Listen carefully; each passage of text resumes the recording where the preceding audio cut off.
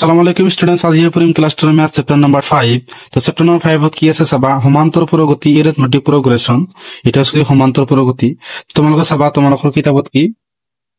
এটা কি আছে কি যে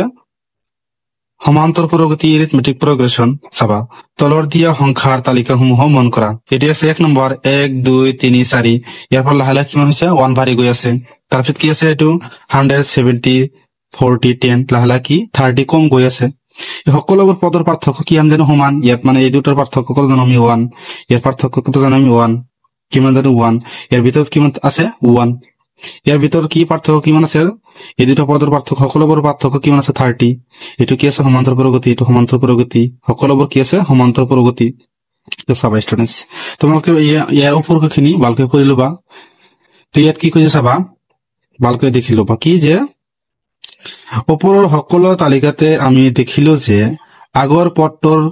লগত এটা নিৰ্দিষ্ট সংখ্যা যোগ কৰি পিছৰ পদটো পোৱা যায়। আগৰ পদৰ লগত নিৰ্দিষ্ট এটা সংখ্যা যোগ কৰিলে কি হ'ব আমি এটা পদ পাওঁ। যেনেকৈ ধৰি লোৱা ইয়াত আছে কি 1, ইয়াত 1 যোগ কৰিলে আমি কি 2 পাম। তাৰপিছত কি ইয়াত যদি আমি 1 যোগ কৰো তাৰ পৰটো পাম। মানে আগৰ সংখ্যাটোৰ লগত যিকোনো নিৰ্দিষ্ট সংখ্যা যোগ কৰিলে আমি কি পিছৰ সংখ্যাটো পাওঁ। এটো কৈছে যে পদটো পোৱা যায়। এই ধৰণৰ এখন তালিকাত থকা সকলোবোৰে এটা সমান্তৰ প্ৰগতি এৰিথমেটিক প্ৰোগ্ৰেশনৰ চমুকৈ আমি কি বুলি কম এপি বুলি কম গঠন কৰে বুলি কোৱা হয়। তাৰপিছত চাবা ষ্টুডেন্ট এটা কি কি বস্তু লাগে তোমালোকক মানে ভালকৈ দেখুৱাই দি আছো। বুজাৰ প্ৰয়োজন হলে সেই বস্তুবোৰ তোমালোকে লিখি লবা। তো এটা আছে কি সমান্তৰ প্ৰগতি। তো এই অনেতে আমি কি বুঝি স্টুডেন্ট চাবা এটা তোমালোকৰ অংক কৰিবলৈ এইটো লাগিব। এই অন মানে কি প্ৰথম পদ, ইংলিশে এটি ফাৰ্স্ট টাৰ্ম বুলি কয়। তাৰপিছত কি লাগিব ডি, ডি মানে কি আমি সাধাৰণ অন্তৰ বুলি কওঁ কমন ডিফাৰেন্স। ইয়াৰ আন এটা নাম আছে কি পদৰ পাৰ্থক্য। তো পদৰ পাৰ্থক্য কলে তুমি পদৰ পাৰ্থক্য কলে আমি কি বুজিম ডি বুজিম মানে পাৰ্থক্য বুজিম। তাৰপিছত আমি এন লাগিব। তাৰপিছত আমাক কি লাগিব এন, এন মানে কি পদৰ সংখ্যা বা তমপদ। এটোক আমি পদৰ সংখ্যা বুলি কম বা তমপদ বুলি কম। তাৰপিছত আমাক কি লাগিব এ এন বা এল। এটো আমি কি বুজিম এই দুটাৰে কি বুজিম অন্তিম পদ বা শেষ পদ। আমি এ এন আৰু এল এর কি বুজিম অন্তিম পদ বা শেষ পদ। তো চাবা ষ্টুডেন্টস এতিয়া আমি এটা উদাহৰণ লম। যেনেকুৱা ধৰি লোৱা এক্সাম্পল এই বস্তুবোৰ আমি চাম। এই চাৰিটা বস্তু আমি চাম কি 2 4 6 8 10 12 14 16 18 20। তো চাবা ষ্টুডেন্টস ইয়াত মানে এই কোনটো বুজাইছে এইটো মানে প্ৰথম পদ মানে এই অন্তম কি বুজিম 2 কাৰণ এই সংখ্যাবোৰৰ ভিতৰত প্ৰথমত কি আছে 2 এটো আমি কি বুজিম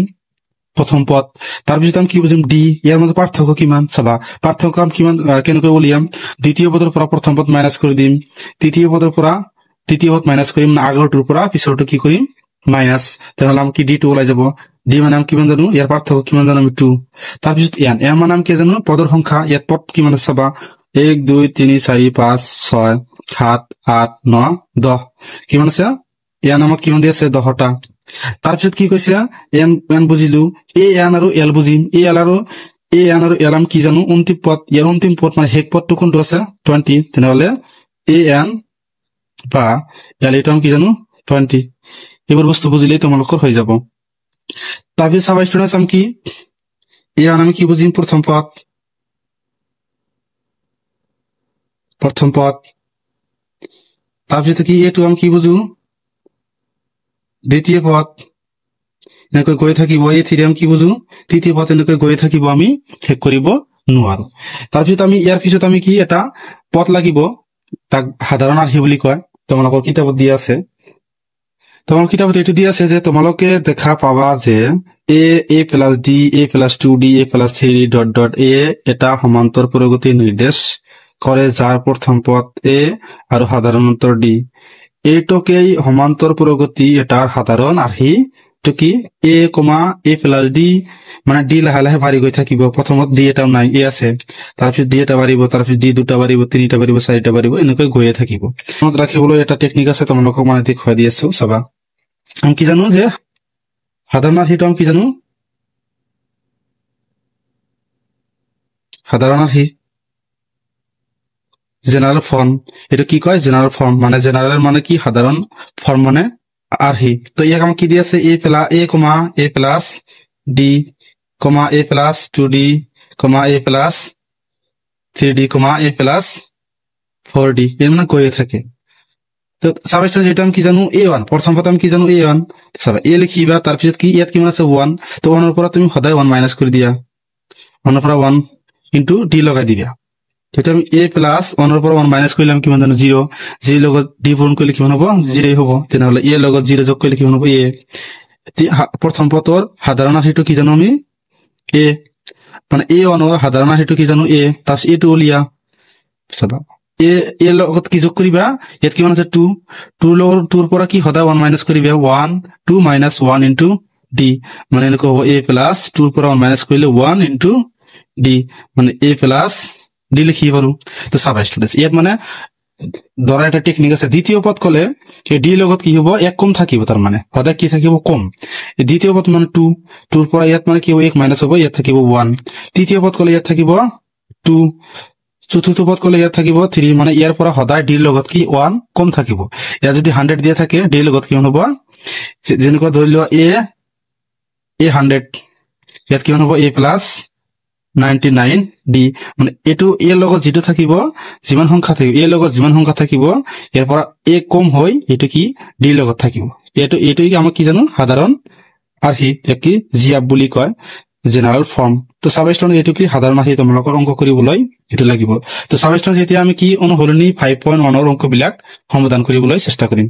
তোমালোকৰ স্টুডেন্টস এতিয়া আমি কি কৰিম অনুসৰণী 5.1 ৰ একৰ অংক বিলাক তোমালোকে চাই লবা এইবিলাক পৰীক্ষাত নাহে তোমালোকে জাস্ট বুজি লবা দেখি লবা তো দুই নম্বৰ পৰা বুজাই দিম কি কৰি চাবা যদি প্ৰথম পদ a আৰু সাধাৰণতৰ d তলৰ দিয়া ধৰণৰ তেন্তে প্ৰতিটো ap ৰে প্ৰথম চাৰিটা পদ উলিয়া ap মানে এটো হয় চমুকৈ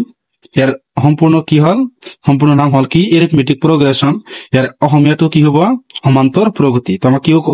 কি কৈছে যদি a দিয়া আছে আৰু d দিয়া আছে তেনেহলে এই সমান্তৰ প্ৰগতিটোৰ চাৰিটা পদ ওলাব কৈছে তো সাবস্টেন্স আমি সাধাৰণ আৰ্হিৰে আমি চাৰিটা পদ উলিয়াম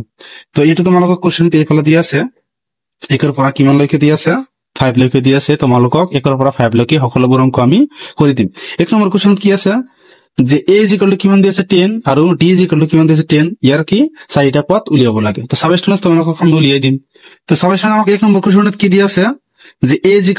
আৰু d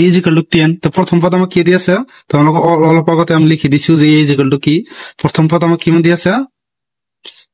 10 আৰু সাধাৰণ অন্তৰ কিমান দিয়া আছে সাধাৰণ অন্তৰ এটা আমাক কিমান দিছে 10 তো ইয়াৰ পৰা আমাক কি চাৰিটা পদ উলিয়াব লাগে তো সবাই স্টুডেন্টস আমি কি সাধাৰণ আৰ্হি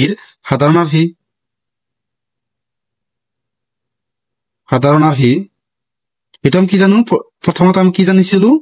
a তো a অনৰ সাধাৰণ আৰ্হিটো আমি কি জানো a তেনেহলে a আমি কিমান জানো 10 a আমি কিমান জানো 10 আমাক দি আছে তো প্ৰথম পদটো আমি কি পাইছো 10 দ্বিতীয় পদ সাধাৰণ আৰ্হি আমি কি জানো a প্লাস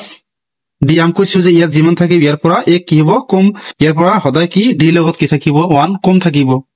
ইয়াত যিমান থাকিব ইয়াৰ পৰা কম থাকিব তাহলে a মানে আমি কিমান জানো 10 প্লাস d মানে আমি কিমান জানো 10 তেনেহলে 10 আৰু 10 যোগ কৰিলে কিমান হ'ব 20 তাহলে দ্বিতীয় পদটো আমি কিমান পালো 20 এতিয়া আমি তৃতীয় পদটো উলিয়াব লাগে তৃতীয় পদৰ সাধাৰণ আৰ্হি আমি কি জানো a প্লাস 2d মানে ইয়াত মানে সদায় কি থাকিব a কম থাকিব ইয়াৰ পৰা তাহলে a মানে আমি কিমান জানো 10 প্লাস 2 ইনটু d মানে আমি কিমান জানো 10 তেনে কিমান হ'ব 2 লগত কি 10 পূৰণ কৰিলে 20 লগত আকৌ 10 যোগ কৰিলে কিমান হ'ব 30 তো প্ৰথম পদ আমি কিমান পাইছো 10 দ্বিতীয় পদ আমি কিমান পাইছো 20 আৰু তৃতীয় পদ আমি কিমান পাইছো 30 এতিয়া চতুৰ্থ পদ উলিয়াম চতুৰ্থ পদৰ কি সাধাৰণ আৰ্হি কি জানো আমি a প্লাস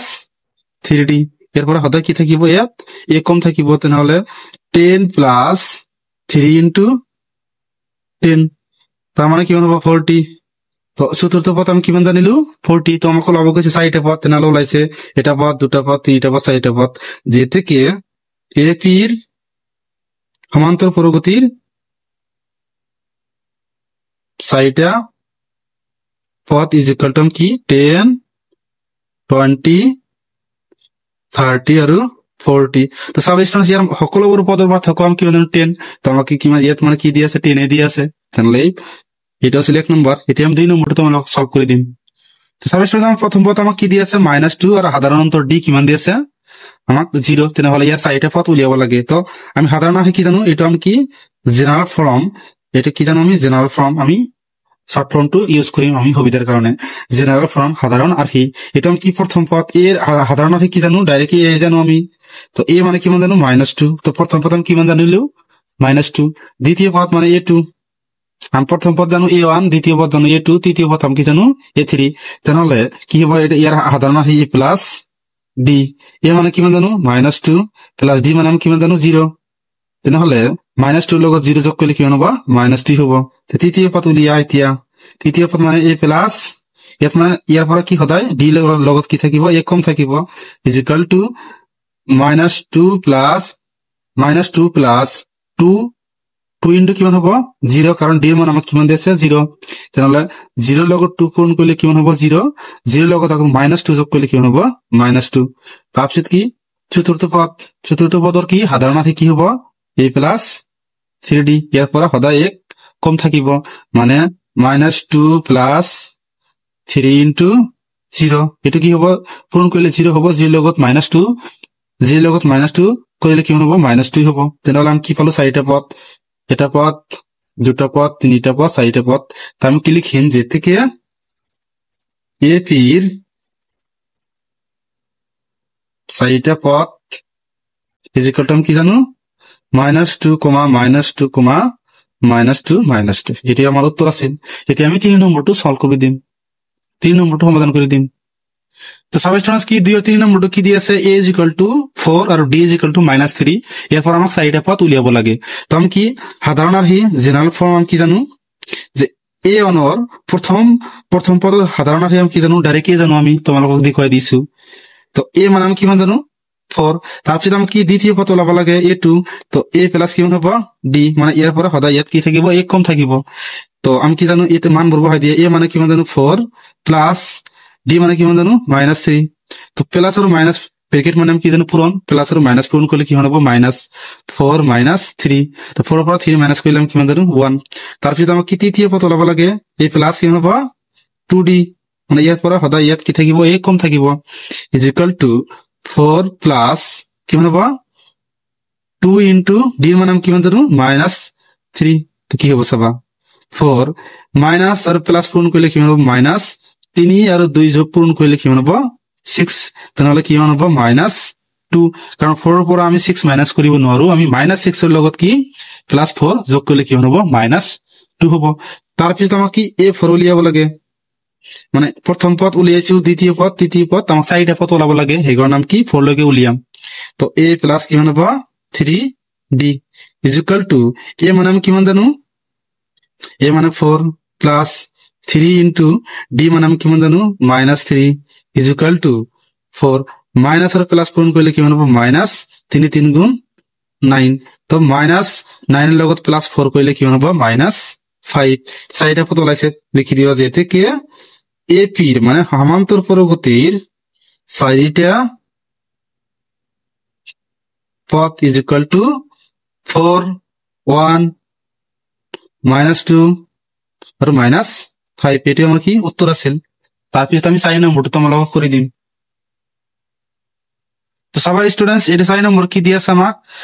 a দিয়া আছে কিমান -1 আৰু d = কিমান দিয়া আছে 1/2 মানে হাফ তো আমাক কি ইয়াৰ পৰা চাৰিটা পদ উলিয়াব লাগে তো আমি সাধাৰণ আৰ্হি আমি কি ব্যৱহাৰ কৰিম তো a অনৰ সাধাৰণ আৰ্হি আমি কি জানো ডাইৰেক্ট জানো a মানে আমি কিমান জানো -1 তাৰপিছত আমি কি a2 উলিয়াম প্ৰথম পদ উলিয়াইছো দ্বিতীয় পদ উলিয়াম a প্লাস কিমান হ'ব d ইয়াৰ পৰা সদায় ইয়াত কি থাকিব 1 কম থাকিব = a মানে কিমান জানো আমি -1 প্লাস d মানে আমি কিমান জানো 1/2 তো সাবস্ট এই সংখ্যাটোৰ কি হৰ নাই এই সংখ্যাটোৰ হৰ আছে লব আছে তেনেহলে এনেকুৱা অৱস্থাত থাকিলে আমি কি কৰিম হৰেৰে এই সংখ্যাটো কি কৰিম পূৰণ কৰি ইয়াৰ লগত যদি প্লাস থাকে প্লাস কৰিম মাইনাস থাকিলে মাইনাস কৰিম তো সাবস্ট 2 আৰু -1 পূৰণ কৰিলে কিমান হ'ব -2 প্লাস 1 ডিভাইড বাই কিমান লিখিব 2 = -2 লগত 1 প্লাস কৰিলে কিমান হ'ব -1/2 তো আমি দ্বিতীয় পদটো কি পাইছো -1/2 তাৰপিছত আমি তৃতীয় পদ উলিয়াম তৃতীয় পদৰ সাধাৰণ আৰ্হি আছিল কি a প্লাস 2d মানে ইয়াৰ পৰা সদায় ইয়াত কি থাকিব 1 কম তো -1 plus 2 into 1 divided by 2 d এর মান আমি কিমান জানো 2 2 আর 2 ক্যান্সেল করলে আমার কিমান থাকে -1 + 1 is equal to +1 -1 ক্যান্সেল করলে কিমান থাকিব 0 তারপর a4 a4 টো উলিয়ে দিয়া ইয়ার সাধারণ হেতু কি হ'ব a plus 3d মানে -1 plus 3 into 1 divided by 2 এটো এনেকুৱা থাকিলে কি ভগ্নাংশ সংখ্যাবিলাক যদি পূৰ্ণ হিচাপত থাকে লব আৰু লব পূৰণ কৰি দিবা হৰ আৰু হৰ পূৰণ কৰি দিবা এটো কি আছিল প্লাস হিচাপত আছিল সেই কাৰণে আমি কি এনেকুৱা কৰিছো পূৰণ কৰা নাই তাহলে আমি কি লিখিম -1 plus কিমান হ'ব ইয়াৰ হৰ কিমান আছে 1 3 আৰু 1 পূৰণ কৰিলে কিমান হ'ব 3 ডিভাইড বাই 1 আৰু 2 পূৰণ কৰিলে কিমান হ'ব 2 এতিয়া তোমালোকে এই ফৰ্মুলাটো যেটুকু যেটো ইয়াত পেলাই দিয়া 2 লগত -1 পূৰণ হ'ব তাৰ পিছত কি 3 লগত যোগ হ'ব -1 ৰ লগত 2 পূৰণ কৰিলে কিমান হ'ব -2 plus 3 divided by 2 তো আমি 3 ৰ পৰা 2 মাইনাস কৰিলে কিমান জানো 1 divided by 2 তো চাৰিটা পদ আমি কিমান পাইছো এটা দুটা তিনিটা চাৰিটা যেতে কি AP ৰ চাৰিটা পদ is equal to -1 divided by 2 0 plus 1 divided by 2 এটি আমার কি উত্তর আছে তো সাবস্টেন্স আমি কি 2 এর 5 নম্বর এটা আমাকে দিয়েছে a is equal to -1.25 d is equal to কি দিয়েছে -0.25 তো সাবস্টেন্স যেটা আছে given that মানে কি দিয়া আছে তো given that ক আমি শর্ট ফর্মত কি লিখি পড়ো g t মানে কি given that ইয়ার পিছৰ ভিডিওত আমি given that টো সম্পূৰ্ণ কৰি নিলিখো ডাইরেক্ট g t লিখিলে তোমালোকে বুজি পাবা যে এটো given that মানে দিয়া আছে তো এতিয়া আমি কি gf টো আমি ব্যবহার কৰিম gf মানে কি সাধাৰণ আৰ হি মানে জেনাৰেল ফৰ্ম তো ইয়াৰ পৰা a আমি কিমান জানো a আনো সাধারণ হলে কি জানো a is equal to -1.25 তারপর দ্বিতীয়টো উলিয়াই দিয়া a প্লাস কি হ'ব d is equal to a মানে আমি কিমান জানো -1.25 প্লাস d মানে আমি কিমান দিছে -0.25 মাইনাস আর প্লাস পূরণ করলে কিমান হ'ব -0.25 তো সাব স্টুডেন্টস মাইনাসের সংখ্যা যদি দুটা থাকে সেই দুটা যদি যোগ কৰিব লাগে তেনেহলে মাইনাস আৰু মাইনাস যোগ কৰিলে কিমান হ'ব মাইনাস যোগ কৰি দিয়া 5 আৰু 5 যোগ কৰিলে কিমান হ'ব 0 মানে 10 আৰু কি 0 হাতত থাকে 1 2 আৰু 2 যোগ কৰিলে কিমান হ'ব 4 হাতত কিমান আছে 1 তেনেহলে কিমান হ'ব 5 পয়েন্ট 2 আছে পয়েন্ট 2 বহাই দিয়া 0 আৰু 1 যোগ কৰিলে কিমান হ'ব 1 তো চাবা এটা আছে কি 1 টাকা 50 পয়সা এটা আছে ডাইরেক্ট 50 1 টাকা 25 পয়সা ইয়াত আছে কি ডাইরেক্ট 25 পয়সা তো যোগ করলে কিমান হ'ব 1 টাকা 50 পয়সা এটা আমাক দিয়া আছে তারপরে তো আমাক কি